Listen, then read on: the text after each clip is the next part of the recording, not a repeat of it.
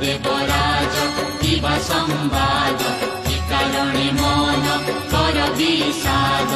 अरुण करुण इंद्र चंद्र ब्रह्मा साथी